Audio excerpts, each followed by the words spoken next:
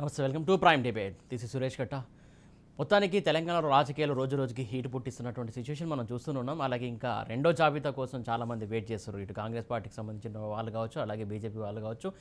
ఈ లోపు చాలా వలసల పరంపర కొనసాగుతున్నటువంటి పరిస్థితి. జంపు జిల్లాలకు సంబంధించి కావచ్చు, వీళ్ళ చేరికలకు సంబంధించి కావచ్చు, చేరికలలో ఉన్నటువంటి కోరికలు నెరవేరుతాయా నెరవేరాయా అనేది ప్రముఖంగా మన టాపిక్. ఇప్పుడు దీనికి సంబంధించి మనతో పాటు విశ్లేషకులు మనతో పాటు సిద్ధంగా ఉన్నారు పాల్గొనడానికి.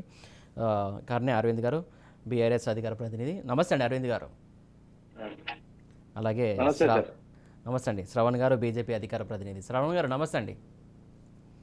నమస్తే అండి. అలాగే ఇందిరా శోభన్ గారు, రాజకీయ నాయకురాలు. శోభన్ గారు, ఇందిరా గారు నమస్తే అండి.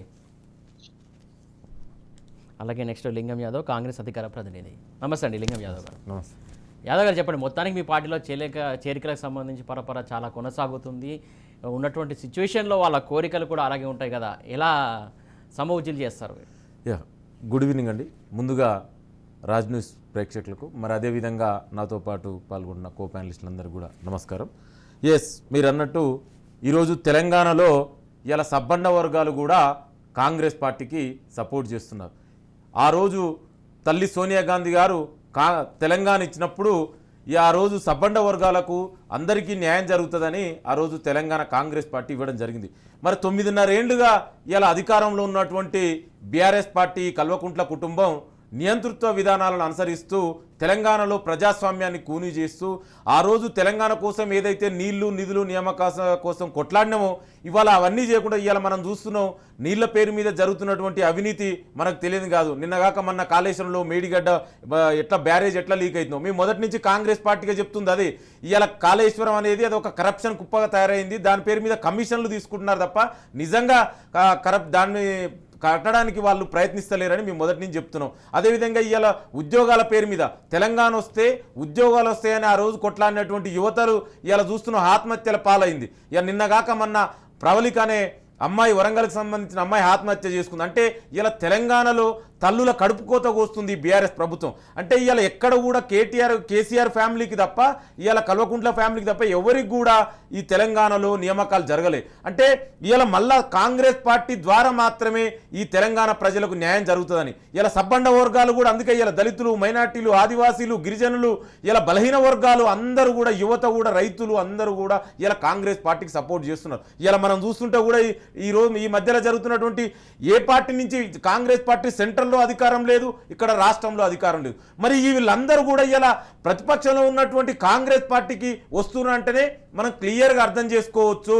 ఇలా ప్రజలు, తెలంగాణ సమాజం మొత్తం కూడా కాంగ్రెస్ పార్టీ వైపు ఉన్నది. దానికి అందువే ఎవరైతే కాంగ్రెస్ పార్టీతో ప్రజల వైపు ఉన్నారు కాబట్టి ఇలా లీడర్లు కూడా కాంగ్రెస్ పార్టీకి రావడం జరుగుతుంది. మేము చూస్తూనే గత కొన్ని రోజులుగా వరుసగా ఇలా బీఆర్ఎస్, బీజేపీకి సంబంధించినటువంటి నాయకులు ఇలా కాంగ్రెస్ కు క్యూ కడుతున్నారు. ఎందుకంటే ఇలా ప్రజాబలం ఉంది, కాంగ్రెస్ ఇలా ప్రజలు మద్దతు ఉంది. ఈ 9.5 ఏళ్లుగా ఈ కేసీఆర్ కు నియంతృత్వానికి వ్యతిరేకంగా కొట్లాడిన పార్టీ ఏదంటే ఒక కాంగ్రెస్ పార్టీ మాత్రమే. సో అందుకే ఇలా ప్రజలందరూ మా వెంబటి ఉన్నారు కాబట్టి ఇలా నాయకులు కూడా కాంగ్రెస్ పార్టీకి జాయిన్ అవుతారు. సో డెఫినెట్ కూడా ఇలా కాంగ్రెస్ పార్టీ ఇక్కడ ప్రభుత్వాన్ని ఏర్పాటు చేయబోతుంది. రైట్ లింగం యాదవ్, ఒక నిమిషం. కర్ణే అరవింద్ గారు, ముఖ్యంగా బీఆర్ఎస్ సంబంధించి వ్యతిరేక పెరగడం వల్లే ఇటు కాంగ్రెస్ పార్టీలోకి వలసల పరంపర కొనసాగుతుందని అంటున్నారు. దీన్ని ఎలా చూస్తారు మీరు? అరవింద్ గారు, కర్ణే అరవింద్ గారు, నా మాట వినబడుతుంది? అరవింద్ గారు, రైట్. శ్రవణ్ గారు, hello sir. Right, continue Aravind గారు. సార్ వినిపిస్తుంది సార్. మీకు ప్యానెల్ లో ఉన్నటువంటి పెద్దలకు హలో, కంటిన్యూ సార్. ముందుగా మీకు ప్యానెల్ లో ఉన్నటువంటి పెద్దలందరికీ మనసు నిండా దండాలు సార్, నమస్కారాలు. ఇవాళ ఇందాక మాట్లాడుతున్నటువంటి కాంగ్రెస్ పార్టీకి సంబంధించినటువంటి నాయకుడు రకరకాల మాట్లాడేటువంటి మాటలు మాట్లాడిండు. అంటే ఓవరాల్ గా తెలంగాణ రాష్ట్రంలో జరుగుతున్నటువంటి పరిస్థితులు ఏంది అనేటువంటి విషయాన్ని ఇప్పటికే తెలంగాణ రాష్ట్రంలో ఉన్నటువంటి సకల జనుల సబ్బండ వర్గాలందరూ కూడా ఇవాళ తేటతెల్లం చేసుకున్నారు. ఇవాళ ఒకటి వాళ్ళు ఏం కోరుకుంటున్నారు అంటే ముమ్మాటికి కేసీఆర్ గారి పాలన కావాలి అనేటువంటి విషయాన్ని ఇవాళ కోరుకుంటున్నటువంటి వైనాన్ని గొప్పగా కనిపిస్తా ఉన్నది. అయితే సార్ ఇవాళ కాంగ్రెస్ పార్టీలో చేరినటువంటి వాళ్ళందరూ కూడా ఇవాళ కాంట్రాక్టర్ల కోసం అంటే మొన్నటి వరకు కాంగ్రెస్ పార్టీలో కొనసాగి మునుగోడు ఉప ఎన్నిక తీసుకొచ్చినటువంటి కోమటిరెడ్డి గారు ఇవాళ తిరిగి కాంగ్రెస్ పార్టీలో చేరిండు. మొన్నటి వరకు కాంట్రాక్ట్ ఇస్తాము అంటే బీజేపీలకు పోయిందంట. మరి బహుశా ఇప్పుడు కర్ణాటకలో కాంట్రాక్ట్ ఇస్తాము అంటే బహుశా మరి దాంట్లో చేరుతున్నట్లు ఇవాళ తెలంగాణ యావత్తు మునుగోడు నియోజకవర్గంలో ఉన్నటువంటి ప్రజలు చెప్తున్నటువంటి మాట సార్. ఇది నేను చెప్తున్నటువంటి మాట కాదు. ఎందుకు ఎన్నిక వచ్చింది, ఎవరి కోసం ఉప ఎన్నిక వచ్చింది అనేటువంటి విషయాన్ని క్లుప్తంగా మునుగోడు నియోజకవర్గ ప్రజలు అంతిమంగా కారు పార్టీ అయినటువంటి కేసీఆర్ గారిని ఆశీర్వదించారు. కానీ అక్కడ ఏం జరిగింది అనేటువంటి విషయాన్ని కూలంకుషంగా జనాలకు తెలుసు సార్. ఇకపోతే కొంతమంది బిఆర్ఎస్ పార్టీ నుంచి కూడా పోయినరు అని మాట్లాడుతా ఉన్నారు. సార్ దయచేసి రాజకీయాల లోపల హత్యను తిరస్కరించినటువంటి నేతలు వాళ్ళు శాల్వాలుగా వాళ్ళ ద్వారా ఏదో అయిపోతుంది అని అనుకుంటే వాళ్ళ భ్రమ అవుతుంది కానీ మరి ఇంకొకటి కాదు అనేటువంటి విషయాన్ని నేను తెలియజేస్తా ఉన్నాను సార్. ఇప్పటికే క్షేత్రస్థాయిలో ఉన్నటువంటి ప్రజానికం మాత్రం రైట్. అరవింద్ గారు ఒక నిమిషం మీ దగ్గరకు వస్తా. ఒక నిమిషం అరవింద్ గారు. శ్రవణ్ గారు సార్ చెప్పండి సార్. కార్యక్రమాల రక్ష అటువంటి పద్ధతి సార్. ఆ పద్ధతిలో వస్తా మీ దగ్గరికి, ఒక నిమిషం వస్తా. శ్రవణ్ గారు, వీటి వల్ల ఎవరికి ఉపయోగం ఉంటుంది, ఎవరికి లాభం ఉంటుంది? అవుట్ ఆఫ్ డేట్ అయిన లీడర్లనే చేర్చుకున్నారు కొన్ని పార్టీలు అని చెప్పేసి ఆయన ఆరోపిస్తున్నారు. దాన్ని ఎలా చూస్తారు మీరు? ముందుగా అందరికీ నమస్కారం అండి. వాస్తవమే, ఇప్పుడు ఎన్నికలు అన్న తర్వాత ప్రతి పార్టీలో ఆశావాహులు ఉంటారు. పార్టీ కొన్ని నిర్ణయాలు తీసుకుంటది, నచ్చని వాళ్ళు పార్టీలు మారుతూ ఉంటారు. ఇప్పుడు రేట్ ఎంత రెడ్డి గారు అని కొత్తగా మన నాయకుడు మనందరికి తెలుసు, రేవంత్ రెడ్డి గారు కాదు, రేట్ ఎంత రెడ్డి వారి పేరు. మరి తెలంగాణ ప్రజానికంగా అంతా కూడా ఆ విధంగానే పిలుస్తున్నారు. బహుశా మీ అందరికి దృష్టి కూడా నేను ఒకసారి తీసుకొస్తున్నాను. మరి వారు కోమటిరెడ్డి రాజగోపాల్ రెడ్డి గారు బీజేపీలోకి వచ్చినప్పుడు 20,000 కోట్ల రూపాయల కాంట్రాక్టు, 25,000 కోట్ల రూపాయల కాంట్రాక్ట్ వచ్చింది. బీజేపీలోకి రాజగోపాల్ రెడ్డి గారు వచ్చారు అన్నారు. వాడు వీడు దొంగనా కొడుకు సన్నాసి, మీకు ఆ చిన్న వీడియో చూపిస్తాను, నా స్టేటస్ లో కూడా పెట్టుకుని నోటికి వచ్చిన భాషతోటి దుర్మార్గుడు అని అంటూ మాట్లాడిర్రు. ఈ రోజు చక్కగా అదే నాయకుడిని తీసుకొచ్చి కండువా కప్పి మేమిద్దరం ఒకటే అలై బలై దోస్ మిల్గాయ అనుకుంటూ మాట్లాడుతూ ఉన్నారు. అంటే అవకాశవాద రాజకీయాలు. ఈ రోజున భారతీయ జనతా పార్టీకి సంబంధించిన వరకు ఈ అవకాశవాద రాజకీయాలకి చాలా దూరంగా ఉంటారు. భారతీయ జనతా పార్టీ ట్రెడిషనల్ కార్యకర్తలు ఎవరైతే ఉంటారో వీళ్ళందరూ కూడా సిద్ధాంతపరంగా భారతీయ జనతా పార్టీతోనే ముడిపడి ఉంటారు. పదవి ఉన్న అధికారం ఉన్నా లేకపోయినా, పదవులు ఉన్నా లేకపోయినా భారతీయ జనతా పార్టీ జెండా కోసం, భారతీయ జనతా పార్టీ అజెండా కోసం పనిచేసే వాళ్ళే భారతీయ జనతా పార్టీలో ఉంటారు. సరే, ఈ పరిణామ క్రమంలో భారతీయ జనతా పార్టీ బలపడుతున్న సమయంలో వేరే పార్టీల నుంచి కూడా అనేక మంది ఆశావాహులు చాలా మంది వస్తుంటారు. కొంతమంది ఫిట్ గాక వెళ్ళిపోతా ఉంటారు. కొంతమంది ఇంకా వచ్చిన వాళ్ళు నిలబడి ఇక్కడ పార్టీని బలోపేతం చేసిన నాయకులు కూడా అనేక మంది ఉన్నారు. ఈ అంతా అన్ని కూడా రాజకీయాలు ఎలక్షన్ మూమెంటం ఉన్నప్పుడు చాలా కామనే. కాకపోతే ఏంటంటే ఎక్కడైనా ఏ రాజకీయాల్లో అయినా సరే విలువలు ఉండాలి. ఒక నాయకుడు ఒక పార్టీలో చేరినప్పుడు కనీసం ఆ పార్టీ సిద్ధాంతానికి కట్టుబడి వ్యవహరించాల్సిన పరిస్థితి ఉంటుంది. పార్టీలకు అతీతంగా చెప్తా ఉన్నాను నేను. ఏ నాయకుడికైనా సరే కొన్ని నైతిక విలువలంటూ పాటించాల్సిన అవసరం ఉంది. ఈ రోజుకో పార్టీ, రేపు రాత్రికో పార్టీ, టికెట్ ఇవ్వకపోతే ఎల్లుండో పార్టీ. మాట్లాడుతున్న కూడా ఉన్నారండి. ఒక నిమిషం ఇందిరా శోభన్ గారు, రాజకీయ విలువలు అనేది ఏ పార్టీ పాటిస్తుంది అసలు? ప్యానెల్లో ఉన్నటువంటి సోదరులందరికీ నమస్కారం. ఈ పార్టీ ఫిరాయింపులు, పార్టీలు, ఎలక్షన్స్ ఇప్పుడు చూస్తూ ఉంటే అయితే అంటే ఇది ఒక దాదాపుగా 10 సంవత్సరాల నుంచి ఇదే తంతు కొనసాగుతుంది. ఇవాళ కొత్తగా ఏం కనిపించట్లేదు రాష్ట్రంలో. బట్ కాకపోతే అంటే ఎలక్షన్ సమయం కాబట్టి అయారాం గయారాంలు అన్నది కామన్ గా కనబడుతుంది. సో డబ్బు మూటలు ఎక్కడ ఎక్కువగా గట్టిగా కనబడతాయో అక్కడ వాళ్ళకి సీట్లు. అంటే ఎథిక్స్, విలువలతో కూడినటువంటి రాజకీయాలు లేవన్నది వాస్తవం. దీనికి ఏ పార్టీ అతీతం కాదు. అందరూ ఒకటే తానులోని ముక్కలు అన్నది మనం గుర్తించాలి. కాకపోతే కొంచెం ఎక్కువ తక్కువ అని అంతే తప్ప అంతకు మించి ఇంకా వేరే లేదు. సో విలువలతో కూడిన రాజకీయాలు రావాలంటే ఇది ప్రజల నుంచి మార్పు రావాలని మాత్రం చెప్పదలుచుకున్నా. ఎందుకు అనంటే ఇవాళ 3 పార్టీల్లో ఉన్నటువంటి 2 నేషనల్ పార్టీస్, ఒక ప్రాంతీయ పార్టీ, ముగ్గురు కూడా ఒక అడ్మినిస్ట్రేషన్ లో ఉన్నటువంటి వాళ్ళకి పవర్ హంగర్స్. పవర్ ఎవరి ద్వారా వస్తుంది, పవర్ లో ఎవరు ఉంటారు, డబ్బులు ఎక్కువ ఎవరి దగ్గర ఉన్నాయి, ఆ డబ్బుల ద్వారా ఓట్లని ఎలా కొనుగోలు చేయగలుగుతామని ఆలోచిస్తున్నారు తప్ప నిజంగానే ప్రజలకి అనుకున్నటువంటి అంటే పార్టీలు గెలుస్తున్నాయి తప్ప ఇక్కడ ప్రజలు గెలవట్లేదు అన్నది వాస్తవం. ప్రజల్ని ఎప్పుడైతే గెలిపిస్తారో అప్పుడు మాత్రమే మనం అనుకున్నటువంటి సంక్షేమంతోన ఈ రాష్ట్రము సుభిక్షంగా ఉంటదన్నది గుర్తించుకోవాలి. అది వదిలేసి ఇవాళ 100 రూపాయలు పెడితే రేపు 1000 రూపాయలు సంపాదించుకోవాలి. రావాలంటే అక్రమ సంపాదన ఉండాలి. అక్రమ సంపాదన ఎవరి దగ్గర ఉంది? భూములు కబ్జా చేసే వాళ్ళ దగ్గర ఉంది, రియల్టర్ల దగ్గరలో ఉంది, ఇవాళ ఏంటి మన కన్స్ట్రక్షన్ చేసే వాళ్ళ దగ్గర ఉంది, ఇవాళ మోసం చేసే వాళ్ళ దగ్గర ఉంది. ఇలాంటి వాళ్ళని రాజకీయాలకి తీసుకొచ్చినప్పుడు మనం మంచిని ఏ విధంగా వెతుక్కుంటాం? అందుకే అంటున్నా, ప్రజలకి సేవ చేయాలని అనుకున్నటువంటి వ్యక్తులకి ఎలాంటి క్రైటీరియా ఇవాళ లేకపోవడం దురదృష్టం. పార్టీలో వాళ్ళకి ప్రియారిటీ లేకపోవడం ఇంకా దురదృష్టం.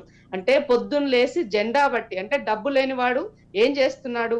పార్టీలో చేరుతున్నాడు, పార్టీ జెండా మోస్తున్నాడు, పార్టీ ఇచ్చిన ప్రతి కార్యక్రమాన్ని చేస్తున్నాడు.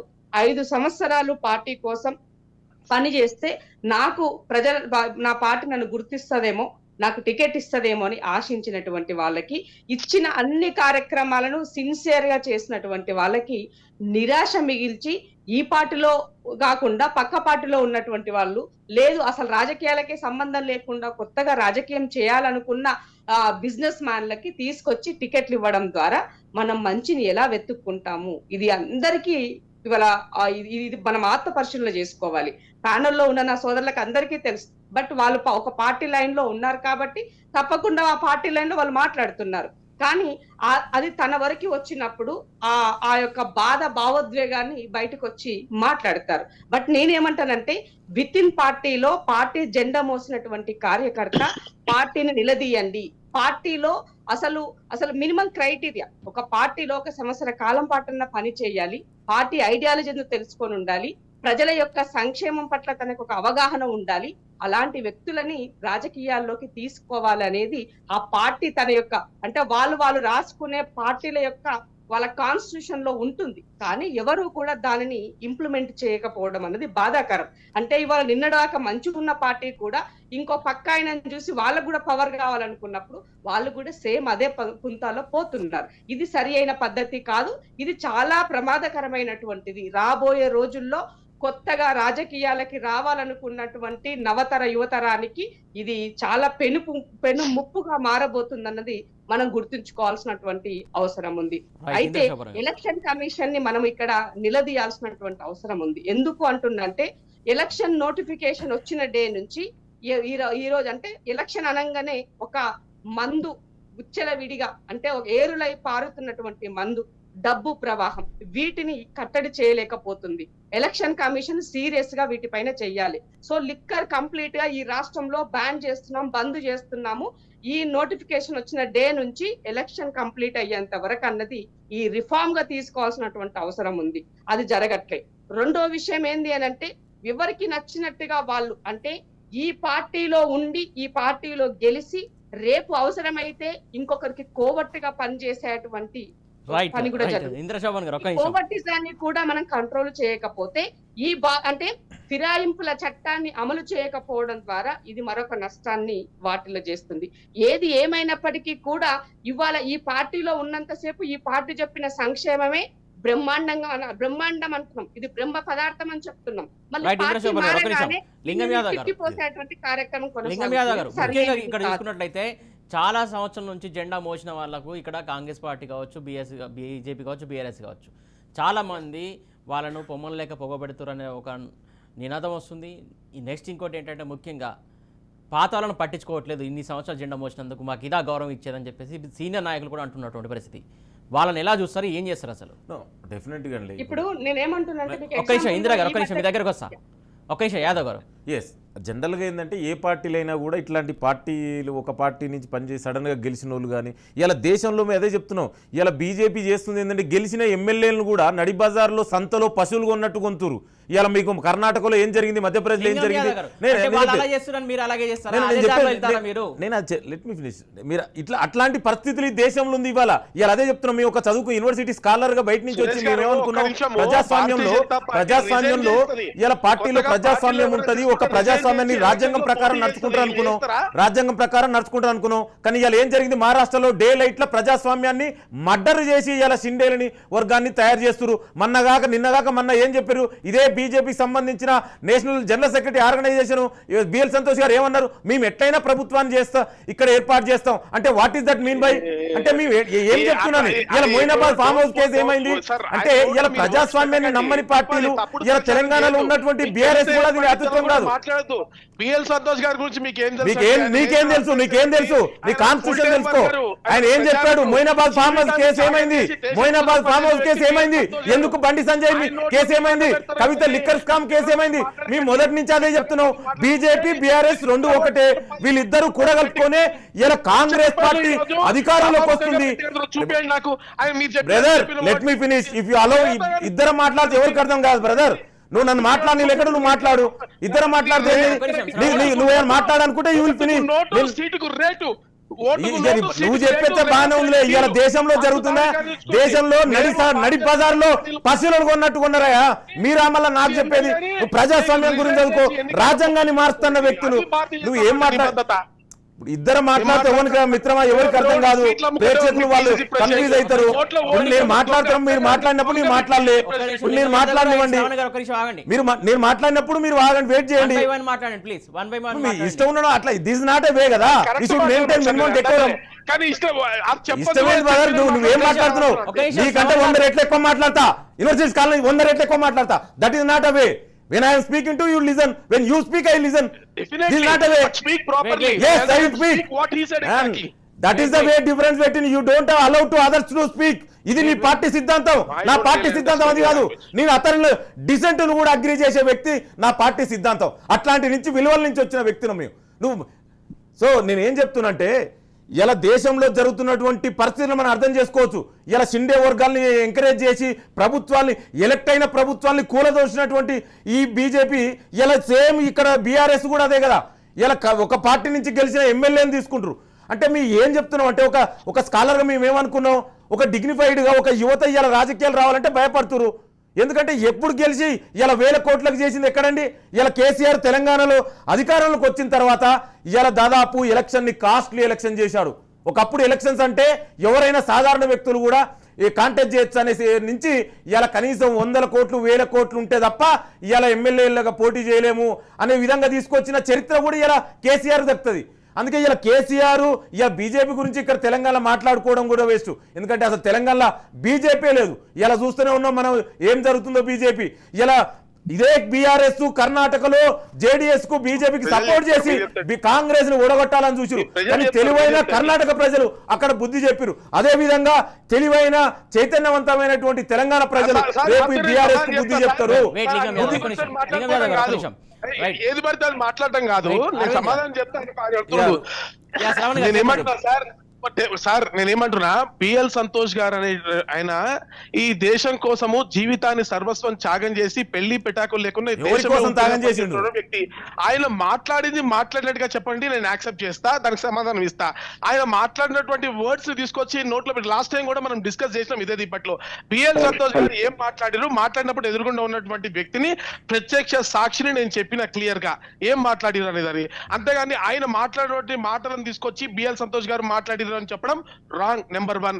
ఇంకోటి 70 ఏళ్ల పాలనలో ఈ దేశాన్ని అష్టదరిద్రాలు పట్టించి ఎమర్జెన్సీ లాంటి పీరియడ్స్ తీసుకొచ్చి తెలంగాణ రాష్ట్రం కోసం వందలాది తెలంగాణ యువకుల ఆత్మ బలిదానాలను తీసుకున్నటువంటి దయ్యం మీ కాంగ్రెస్ పార్టీ, భూతం మీ కాంగ్రెస్ పార్టీ.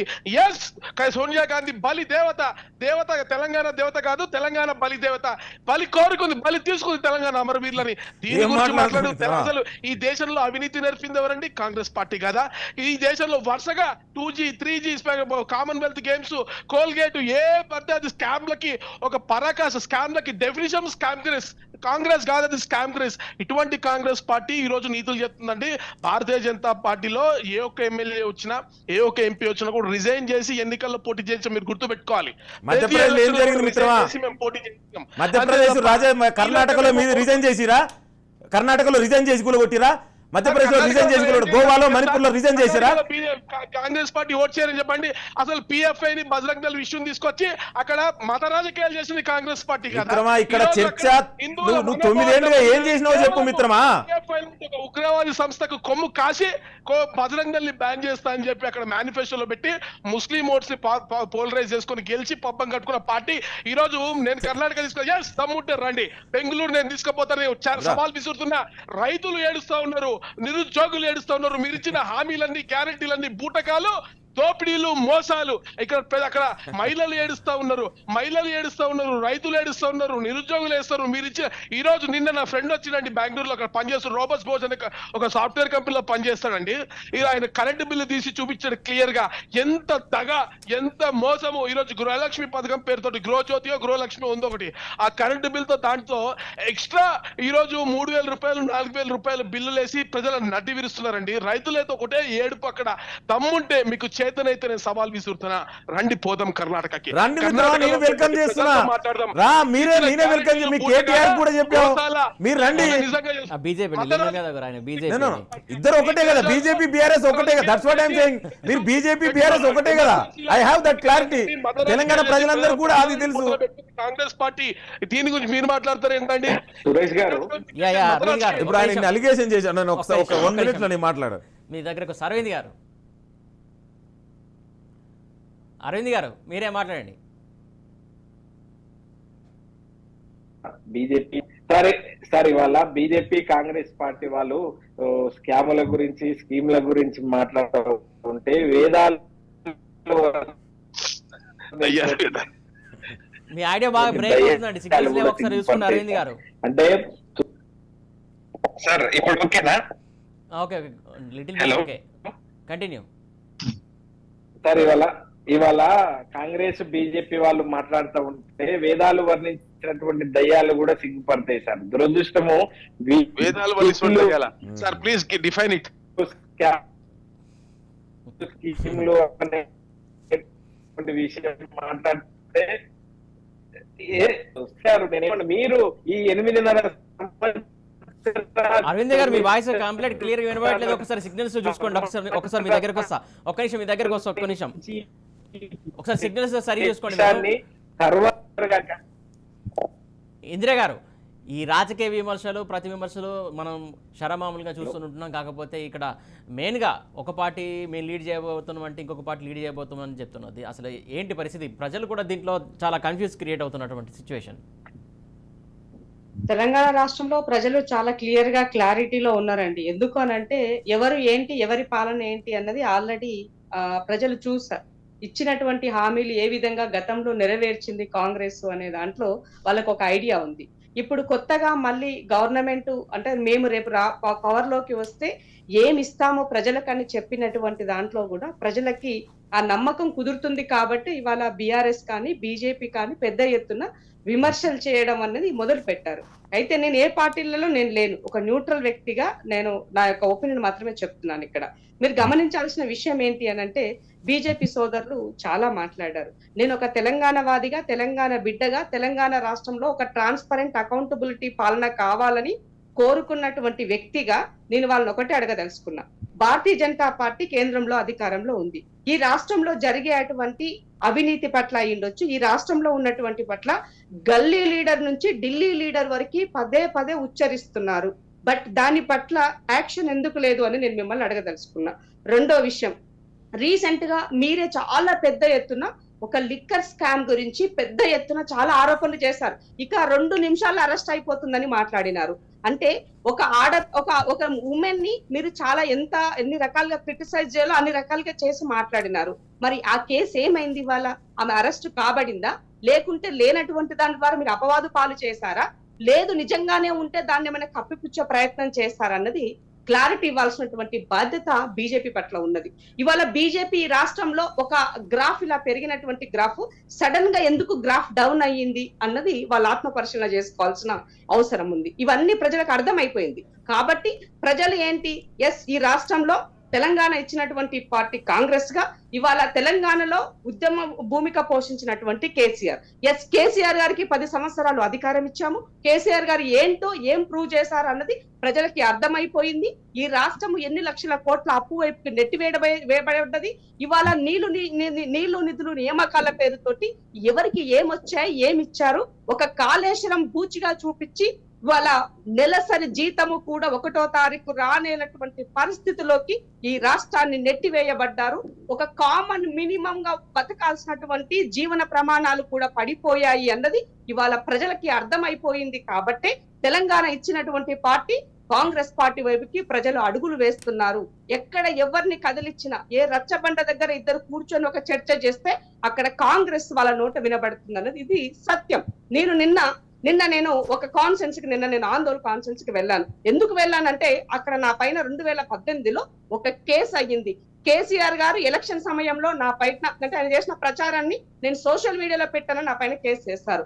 ఆ కేసుకు సంబంధించి నేను లోకల్ కాదు, అక్కడ ఆందోళనలో నేను ఉండేది హైదరాబాద్ లో.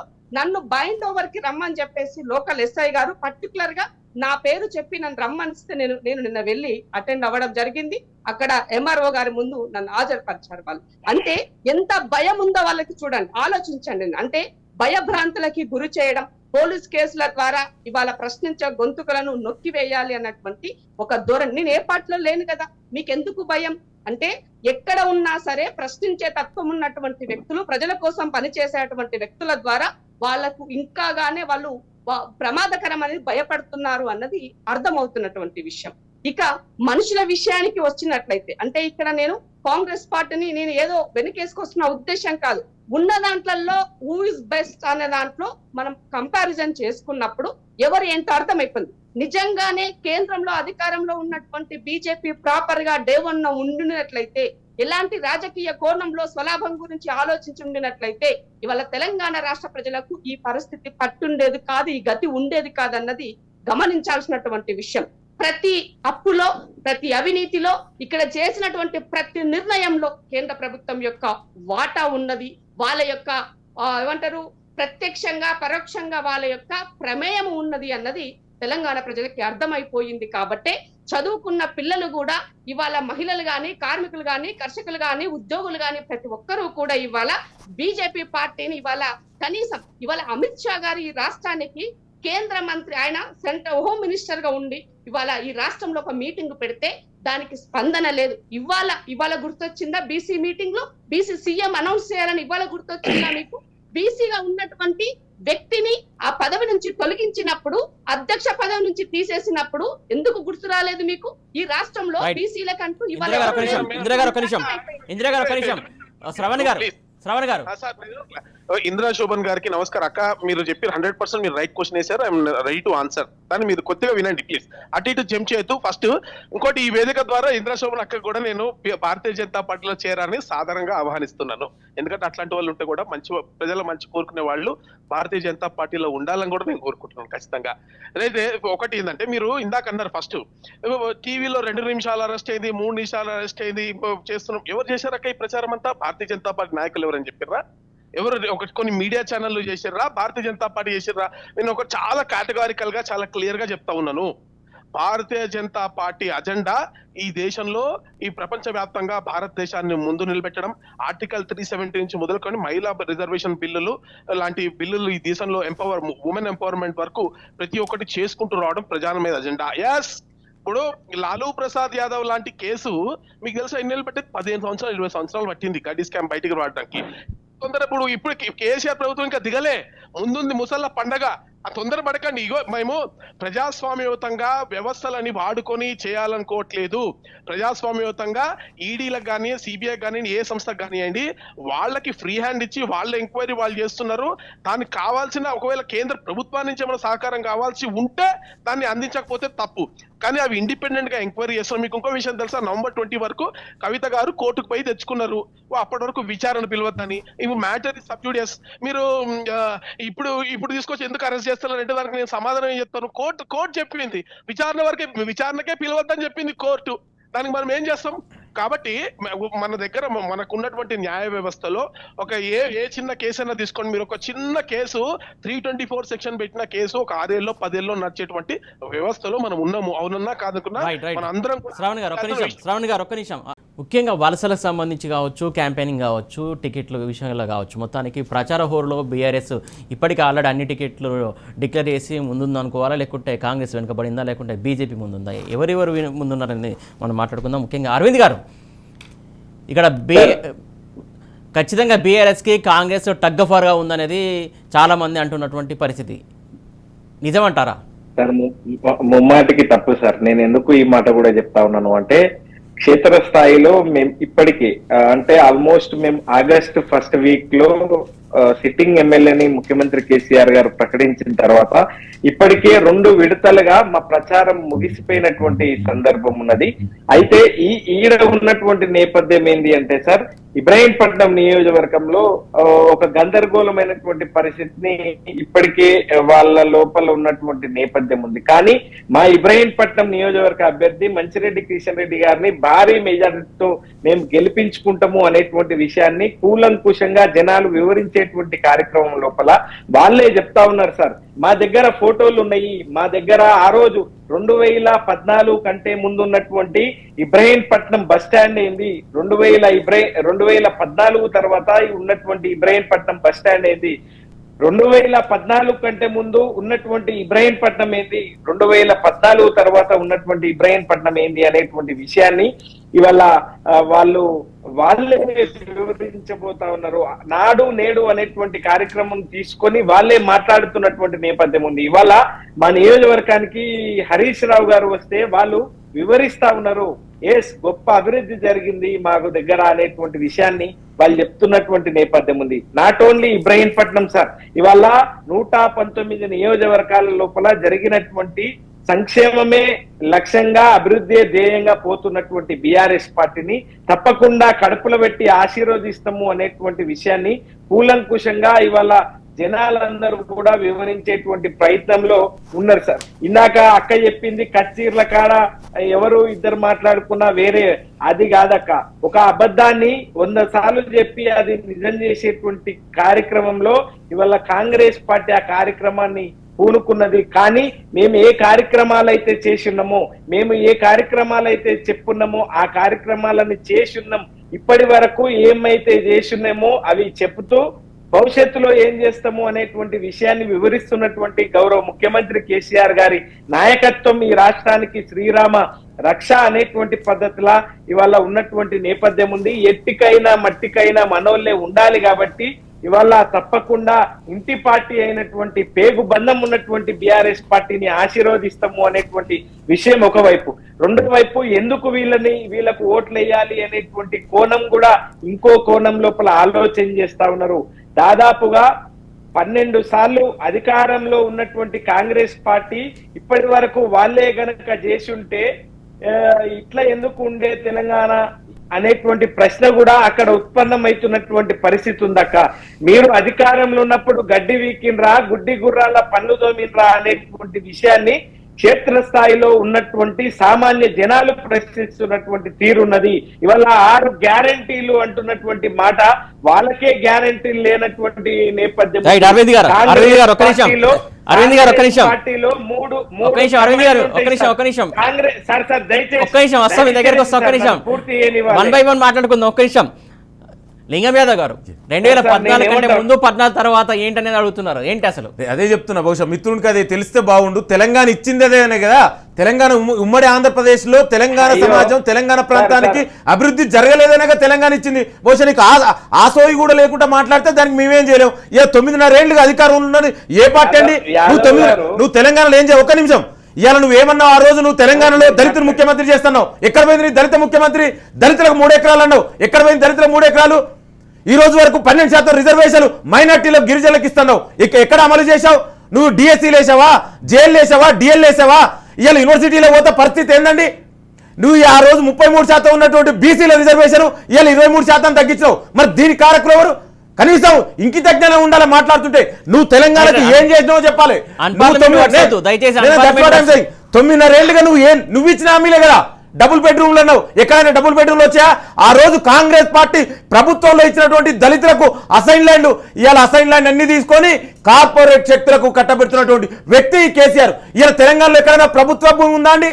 ఎక్కడ ప్రభుత్వ భూమి కనబడినా కూడా ఇలా కబ్జా కోరులు, ఇలా బీఆర్ఎస్ ఎమ్మెల్యేలు మంత్రుల మీద ఇలా పొద్దున్న లేస్తా చూస్తున్నావు. 30% కమిషన్ దళిత బంధులో ఉంది అని. ఇలా మొన్న ఒక మహిళ తన పుస్తక తాడు అమ్ముకొని 30% కమిషన్ ఇచ్చినటువంటి చరిత్ర ఈ బీఆర్ఎస్ పార్టీలో ఉంది. ఈ బీఆర్ఎస్ ప్రభుత్వం నడుస్తుంది. దీని గురించి మాట్లాడు. నువ్వు ఏం చేసినావో చెప్పు. ఏదైనా ఇప్పుడు నేను చెప్పిన ఏదైనా హామీ అమలు చేసావా? ఇవాళ తెలంగాణ ప్రజలు విలేజ్లకు వస్తుంటే బీఆర్ఎస్ మంత్రులు ఎమ్మెల్యే తరిమి కొడుతురండి. ఇలా తిరగబడుతున్నారు బీఆర్ఎస్ ఎమ్మెల్యేల మీద. నువ్వు దాని గురించి మాట్లాడు. ఇలా 1000 కోట్లు సంపాదించుకున్న ఒకప్పుడు వాళ్ళ ఆస్తులు ఎంతండి? ఇలా తెలంగాణలో ప్రజాస్వామ్యం ఉందా? వాళ్ళు ఎక్కడుంటారు? ఫామ్ హౌస్ పాలన నడిపిస్తారు. ఇలా ప్రజాస్వామ్యంలో ఫామ్ హౌస్ పాలన అండి. అంటే ఇలా ఎంతసేపు నియంతృత్వ ధోరణులు, ప్రజాస్వామ్యం లేదు, స్వేచ్ఛ లేదు, ఇక్కడ హక్కులు లేవు, మాట్లాడితే కేసులు. ఇప్పుడే చెప్పారు అక్కగారు. అంటే ఇట్లాంటి సందర్భంలో ఇలా తెలంగాణ ప్రజలందరూ కూడా రియలైజ్ అయ్యారు, ఒక కాంగ్రెస్ పార్టీ ద్వారా మాత్రమే ఇలా సబ్బండ వర్గాలకు న్యాయం జరుగుతుందని. మేము మొన్న ఇచ్చినటువంటి 6 గ్యారంటీలతోటి ఇలా బీజేపీకి వాళ్ళకు ఏం చేయాలో కూడా అర్థం కావాలి. అరవింద్ గారు మీ దగ్గర సమాధానాలు ఉన్నాయా? తప్పకుండా సార్. ఇవాళ కాంగ్రెస్ పార్టీలో ఉన్నటువంటి నాయకులే చెప్తా ఉన్నారు. బహుశా ఇవాళ నాగం జనార్దన్ రెడ్డి గారు అనుకుంటా, నాకే గ్యారెంటీ లేదు, 6 గ్యారెంటీల సంగతి ఏంది అనేటువంటి విషయం వాళ్ళే మాట్లాడుతా ఉన్నారు. ఆయన గురించి చెప్పండి మిత్రమా. లింగం యాదవ్ అడిగిన దానికి సమాధానం చెప్పు. నీ దగ్గర సమాధానం ఉంటే. లింగం గారు ఒక నిమిషం. అరవింద్ గారు, లింగం గారు అడిగింది అది కాదండి. మీరు దాటవేయకండి, సమాధానం దాటవేయద్దు, సమాధానం దాటవేయద్దు. మరి అడిగిన క్వశ్చన్ వేరు. ఎన్ని డిఎస్సీలు వేసిరండి? ఎన్ని మెగా డిఎస్సీలు వేసిరు? ఎంత ఉద్యోగాలు ఇచ్చిర్రు? అకార్డింగ్ టు బిస్వాల్ కమిటీ ప్రకారమే 1,91,000 ఉద్యోగాలు ఖాళీలు ఉన్నాయి. నువ్వు దాని గురించి చెప్పు. రైట్, ఆన్సర్ తీసుకునే ప్రయత్నం చేద్దాం. ఒక నిమిషం అరవింద్ గారు. తప్పకుండా సార్. అయితే సురేష్ అన్న గారు, ఇవాళ రాష్ట్రంలో తెలంగాణ రాష్ట్ర ప్రభుత్వం ఏర్పడిన తర్వాత మనం ఎన్ని ఉద్యోగాలు ఇచ్చినాము అనేటువంటి విషయాన్ని కూలంకుషంగా రాష్ట్ర ప్రభుత్వం ఆన్లైన్ లో పెట్టినటువంటి నేపథ్యం ఉంది. ఇంకా కొన్ని ఉద్యోగాలు ఇస్తాము అనేటువంటి విషయం చెప్పినటువంటి మాట వాస్తవమే. 100కు 200% బీఆర్ఎస్ పార్టీ ప్రభుత్వం. సార్ వినాలి సార్ యాదవ్ గారు, ఆన్లైన్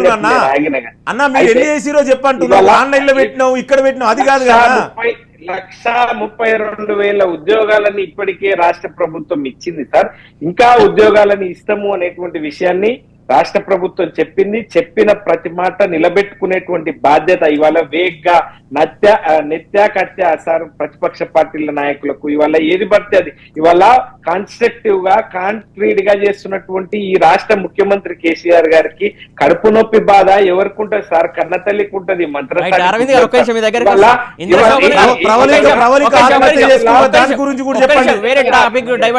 ఇందిరా శోభన్ గారు వారు చెప్తుంది నిజమేనా? అరవింద్ గారు చెప్తుంది అంత వాస్తవేనా?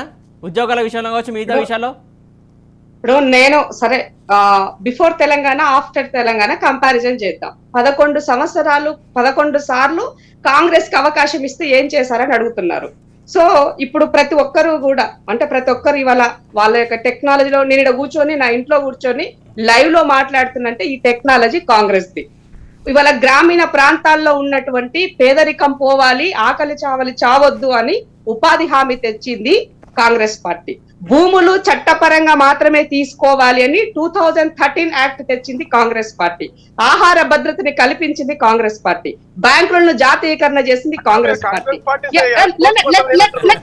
కంప్లీట్ తమ్ముడు అడిగింది కాబట్టి నేను తెలియజేస్తున్నా. మీది కూడా చెప్తా. దెన్ దీంట్లో అంటే ఇవాళ యువతకి ఉద్యోగాలు కల్పించి ఇవాళ విదేశాలకు వెళ్ళడం కోసము వాళ్ళకి కావలసినటువంటి ఉపాధిని కల్పించడం కోసము ప్రభుత్వమే చేయూతనివ్వడం కోసం తీసుకొచ్చినటువంటి రాజీవ్ యువ కిరణాలు లాంటివంటి కార్యక్రమాలు పేదవాళ్ళకి తెలంగాణ రాష్ట్రంలోనే దాదాపు 45 లక్షల ఇందిరమ్మ ఇండ్లు కట్టించారు. ఇది నా దగ్గర ఉన్న ఆర్టీఐ డేటా. నేను ముచ్చట్లు చెప్పట్లేదు, ప్రాక్టికల్ గా అథెంటికల్ గా మీకు కావాలంటే 2009 మేనిఫెస్టోలో ఏమేం చేశారన్న డీటెయిల్స్ నా దగ్గర ఉన్నాయి.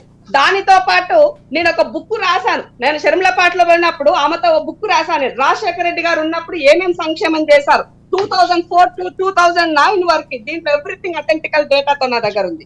ఇవాళ పేదవాడు ఉచితంగా వైద్యాన్ని పొందుతున్నాడు అంటే ఆ వచ్చినటువంటి ఆరోగ్యశ్రీ ఎక్కడ పుట్టింది? కాంగ్రెస్ లోనే పుట్టింది.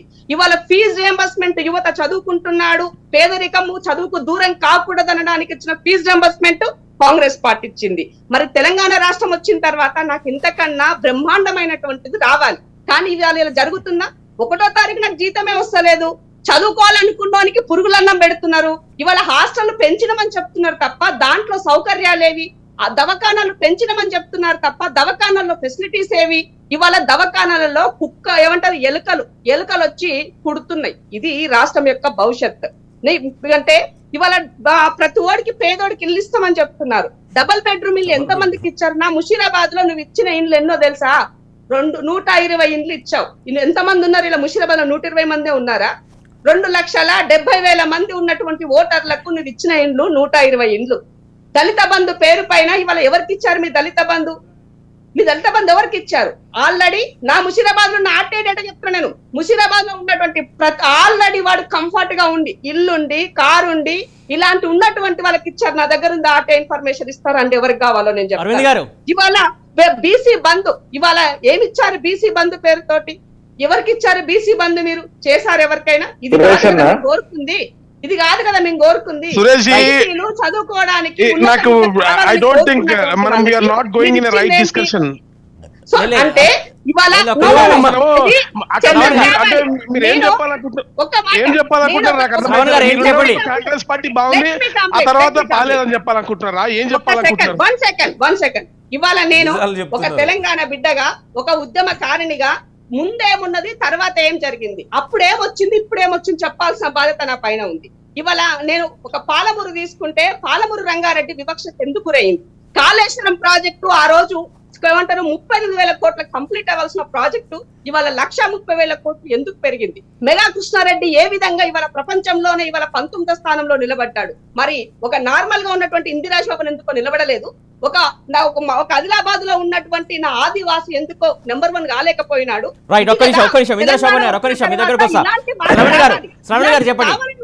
ప్రజలు దానికోసం కాదు. నాకు మేడం అక్క ఇందిరక్క ఏం చెప్పాలనుకుంటే నాకు అర్థమైతలేదు. ఇప్పుడు అఫీషియల్ గా మీరు కాంగ్రెస్ పార్టీలో జాయిన్ అవుతుంటే జాయిన్ అయిపోండి అక్క. ఇప్పుడు అన్ని పార్టీలు అయిపోయినాయి కదా, ఇప్పుడు మనకున్నది మీరు జాయిన్ అయ్యి కాంగ్రెస్ పార్టీ ప్రచారం చేసుకోండి. మీరు ఒక్కరే కాదు కదా, మీరు కాదు తెలంగాణ రాష్ట్రంలో మీరు ఒక్కరే కాదు, వేరే వాళ్ళు చెప్పేది కూడా వినాలి. మీరే క్వశ్చన్లు అడుగుతారు, మీరు ఆన్సర్ చెప్పనియారా? కాదు మీరు క్వశ్చన్లు అడుగుతారు, ఆన్సర్ చెప్పనియారా? కాదు మీరు మాట్లాడితే వినాలా? మీరు మాట్లాడితే కరెక్ట్ కానీ పక్కన మాట్లాడి కరెక్ట్ కాదా? ఇది కరెక్ట్ కాదు కదా, ఇది correct. Democracy everybody has right to speak, everybody has right to present their view. మీరే చెప్తున్నారు. ఆయుష్మాన్ భారత్ అనేది ఉన్నది. ఆయుష్మాన్ భారత్ అనే దానికి ఇవాళ కేంద్ర ప్రభుత్వం నుంచి కొన్ని హాస్పిటల్స్ ను అలకేట్ చేసేసి పంపించింది. ఈ రాష్ట్రంలో అది అమలు అవుతలేదు. దీనికి సంబంధించినటువంటి దాన్ని కేంద్ర ప్రభుత్వం రాష్ట్ర ప్రభుత్వం పైన ఎందుకు ప్రెజర్ చేస్తలేదు?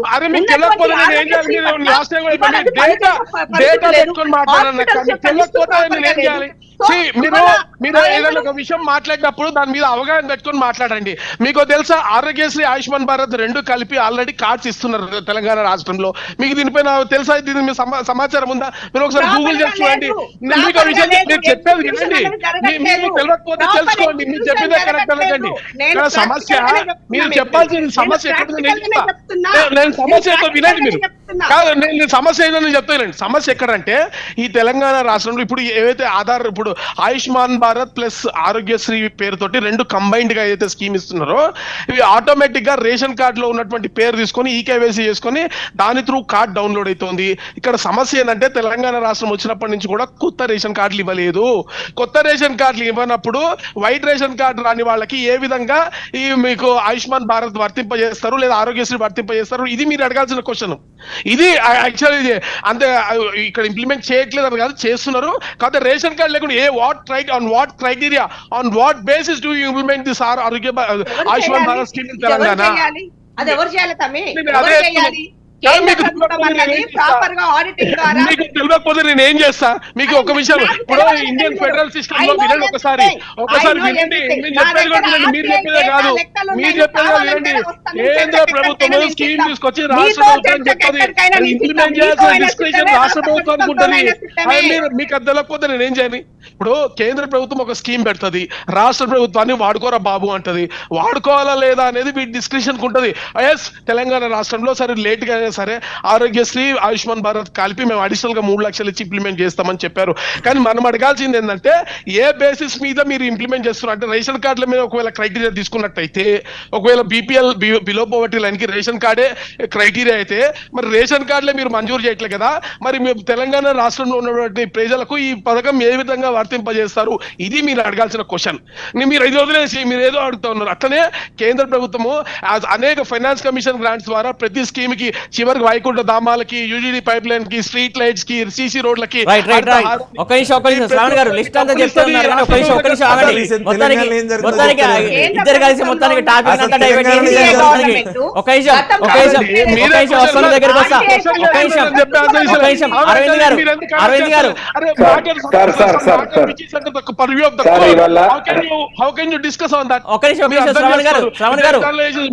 మీరే 2 నిమిషాలకు ఒకసారి స్క్రాలింగ్ చేశారని వాళ్ళు క్వశ్చన్ వేసేస్తారు. అక్కడ కట్ చేస్తే మాకు సమాధానం చెప్పే అవకాశం ఉండాలి కదా సార్. సమాధానం చెప్పమంటే వేరే వేరే టాపిక్ అంతా చెప్తే నేనేం చేయాలండి? పట్టాదిప్పుతా మీ రాష్ట్ర రైట్ అరవింద్ గారు, బీజేపీ నాయకులు ఎప్పుడో ఒక కీలకమైనటువంటి వ్యాఖ్యలు చేశారు. బీజేపీ నాయకులు శ్రవణ్ గారు ఒక కీలకమైనటువంటి వ్యాఖ్యలు చేశారు. శ్రవణ్ గారు చేసే కంటే ముందు ఇందాక అక్క మాట్లాడింది కదా, బహుశా అక్క బీజేపీ ప్రతినిధిగా మాట్లాడినట్టు కనిపిస్తా ఉంది. ఇందాక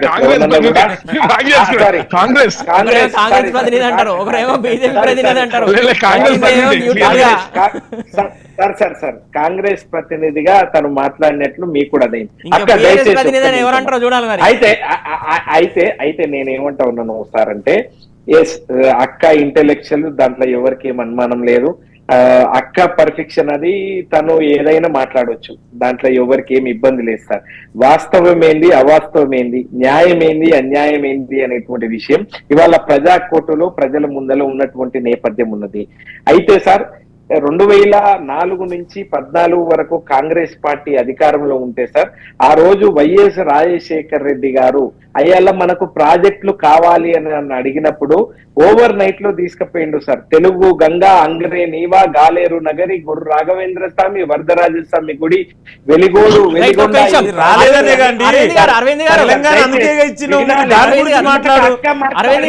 తెలంగాణలో ఏం చేసినావు గురించి మాట్లాడండి. ఉమ్మడి ఆంధ్రప్రదేశ్ గురించి ఎందుకు నీకు? నువ్వు తెలంగాణలో వచ్చిన తర్వాత నువ్వు ఏం చేసినావు చెప్పు. నువ్వు చెప్పిన అభివృద్ధి కార్యక్రమాలు ఏంటి, సంక్షేమ అవి చెప్పు. నువ్వు ఉమ్మడి ఆంధ్రప్రదేశ్ గురించి మాట్లాడతావు ఎందుకండి? వినాలే దయచేసి. ఇందాక అక్క మాట్లాడింది కదా, ఆ విషయానికి సమాధానం నేను చెప్తా ఉన్నాను. కానీ మీరు ఎంతసేపు వేరే కార్యక్రమం తీసుకుంటే అది మీ ఇష్టం సార్, మీ పర్ఫెక్షన్. కానీ చేసినటువంటి కార్యక్రమం అభివృద్ధి ఏంది, సంక్షేమం ఏంది? ఇవాళ ఎర్ర బస్ నుంచి ఎలక్ట్రిక్ బస్ వరకు, ఎలక్ట్రిక్ బస్ నుంచి ఎయిర్ బస్ వరకు, టైల్స్ నుంచి టెక్స్టైల్స్ వరకు, మ్యాప్స్ నుంచి యాపిల్ మ్యాప్స్ వరకు గమ్యస్థానం తెలంగాణ అనేటువంటి పద్ధతిలో మీరు ఆ స్టూడియోలకు వెళ్ళి బయటకు వెళ్ళినాక మీరు కూడా తప్పకుండా గొప్పగా అభివృద్ధి చేసిండు ముఖ్యమంత్రి కేసీఆర్ గారు అనేటువంటి విషయం చెప్తారు. కానీ ఇవాళ మీరు ఎందుకు ఈ మాట చెప్తా ఉన్నారు అంటే, ఇవాళ మీరు పార్టీ లైన్ లో ఉన్నారు సార్, మేము దాంట్లో ఏం విభేదించము. కానీ ఇవాళ ప్రజాకృతుల్లో అంతిమ న్యాయ నిర్ణేతలు జనాలే కాబట్టి జనాల ముందల ఉంచేటువంటి ప్రయత్నం చేసినాం. రైతు బంధు ఇచ్చినా, దళిత బంధు ఇచ్చినా, బీసీ బంధు ఇచ్చినా, ఏది ఇచ్చినా నేరుగా జనాలకు పోయేటువంటి అవకాశం ఉంది. పోయినే కాబట్టి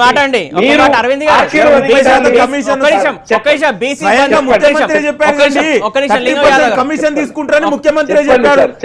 బీసీ బంధు కోసం ఇద్దరు అన్నదమ్ములు ఆత్మహత్య చేసుకున్నారు. అరవింద్ గారు, బీసీ బంధు ఎంత మందికి ఇస్తారు? అందులో ఎంత కుల వృత్తుల వారికి ఇచ్చేది కూడా మొత్తం బీసీలందరికీ 110, 140 కులాలు అందరు కలిపి కొట్టేస్తారు అండి. బీసీ బంధు ఎంతమంది 18 మంది కులాలకి అది కూడా బీసీ బంధు అని పేరు పెడతారు మీరు దానికి. ఇంకా 130 కులాలు ఏం కావాలి మరి? ఇప్పుడు ఉన్నాయి సార్, మరి దానికి బీసీ బంధు పేరు ఎలా పెట్టారు మీరు? కమిషన్ గురించి కూడా మాట్లాడండి కదా. మేము అడిగిన దానికి క్వశ్చన్ చెప్పకుండా ఇలాంటారు ఏంటి? ఆన్సర్ ఉందా మీ దగ్గర? చెప్పండి నాకు. ఉంది సార్. ఇవాళ చెప్పండి, డైరెక్ట్ స్ట్రైట్ ఆన్సర్ చెప్పండి నాకు. మట్టిలో నుంచి మాణిక్యం తీసేటువంటి నైపుణ్యం వాళ్ళ కాడుంది. పెట్టుబడి సహాయం లేదు అనుకునేటువంటి కార్యక్రమంలో వాళ్ళకు అయ్యా ప్రాస వ్యాఖ్యలు కాదు ఇక్కడ కావాల్సింది, ప్రాస వ్యాఖ్యలు కాదు, నాకు ఆన్సర్ కావాలి. 18 మంది కులాల వారికి మీరు ఇస్తున్నారు, అది దాని మొత్తానికి బీసీ బంధు అని పేరు పెట్టారు. బీసీలలో మొత్తానికి 18 కులాలే ఉన్నాయా? బీసీ ఎస్టీ ఎస్టీ మైనారిటీ వర్గాలను మోసం చేసిన పార్టీ కానీ ఏ మోసం టీఆర్ఎస్ పార్టీ.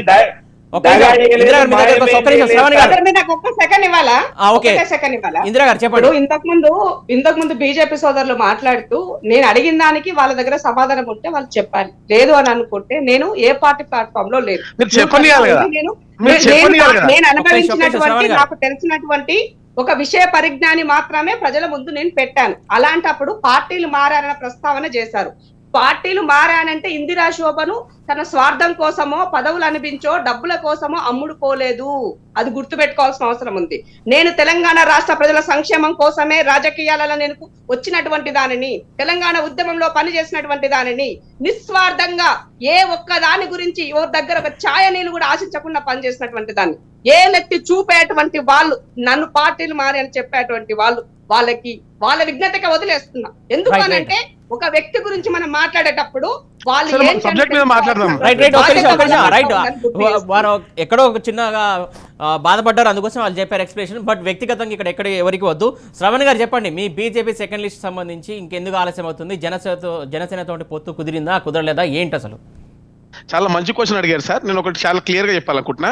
ఇప్పుడు మనం ప్రతి ఎలక్షన్ లో చూస్తే జనరల్ గా నామినేషన్ అయ్యే ముందు వరకు కూడా బీఫామ్లు జనరల్ గా ఇస్తా ఉంటారు. అప్పటి వరకు అభ్యర్థులను ప్రకటించే ప్రక్రియ ఉంటుంది మనం జనరల్ గా. కానీ ఈసారి మనకి ఎందుకు అట్లా అనిపిస్తుంది అంటే కేసీఆర్ గారు వేసినటువంటి మాస్టర్ స్ట్రాటజీలో ఒక్కసారిగా ఆయన ఉన్నటువంటి సిట్టింగ్ అభ్యర్థులందరినీ ఒకేసారి చాలా ముందుగా ప్రకటించడం వల్ల మిగతా పార్టీలన్నీ ఒక డిఫెన్స్ లో పడేయడము, తద్వారా మీడియా వాళ్ళు కూడా మిగతా వాళ్ళ పార్టీలు లిస్ట్ రావట్లేదు అంటూ ఒక ప్రచారం జరుగుతుంది తప్ప సార్ ఒక్కసారి కరెక్ట్ గా మనం ఆలోచిద్దాం.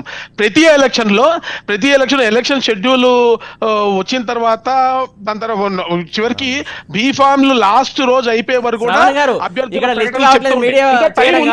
ఏదైతే అభ్యర్థులు మీరు డిక్లేర్ చేస్తే వాళ్ళు ప్రచారానికి వెళ్తారని వాళ్ళ బాధ చెప్తుంది తప్ప ఇక్కడ కాదు.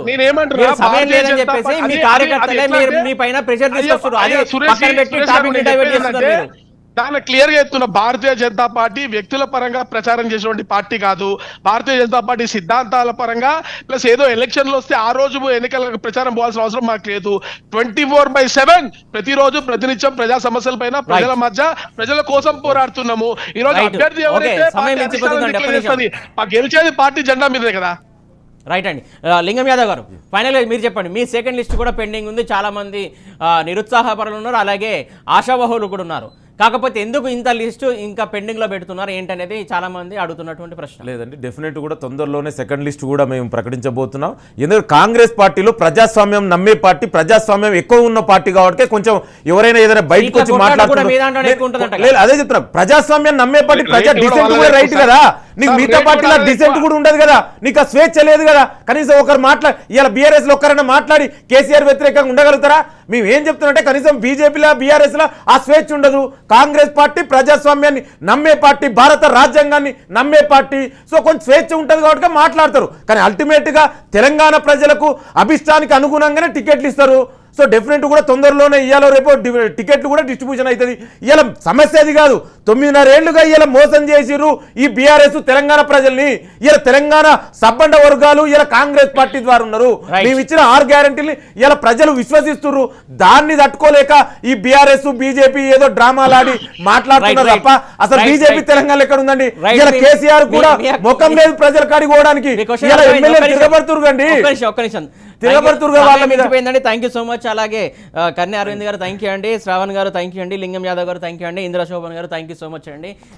డిబేట్లో పాల్గొని మీ అమూల్యమైన సమయం వెచ్చించి మీ అభిప్రాయాలు తెలియజేసినందుకు థ్యాంక్ యూ సో మచ్. మొత్తానికి చూస్తున్నాం కదా ఎట్లయితే చేరికలకు సంబంధించి చేరికల్లోనే కోరికలు అధికమవుతున్నాయి, అందుకే ఆలస్యం అవుతుందనేది చెప్పక తప్పదు అని అనిపిస్తుంది. ఎందుకంటే వాళ్ళు చేరినటువంటి క్రమంలో కోరికలు ఒక్కొక్కరికి 2 సీట్లు కావాలి, 3 సీట్లు కావాలని చెప్పేసి చేరుతున్నారు. అయినా కూడా వాళ్ళను తీసుకొచ్చుకొని ఇస్తూనే అలాగే ఎన్నో ఏళ్ళుగా పార్టీ జెండా మోసినటువంటి వాళ్ళకి మాత్రం అక్కడ తీరాని అన్యాయం జరుగుతుందని చెప్పేసి వాళ్ళు చెప్తున్నారు. ఇవన్నీ ఎలా సర్దుకుంటాయనేది మాత్రం రానున్న రోజుల్లో తెలియ అవకాశం ఉంది. ఇది ఇవాల్టి prime debate. Keep watching Raj news.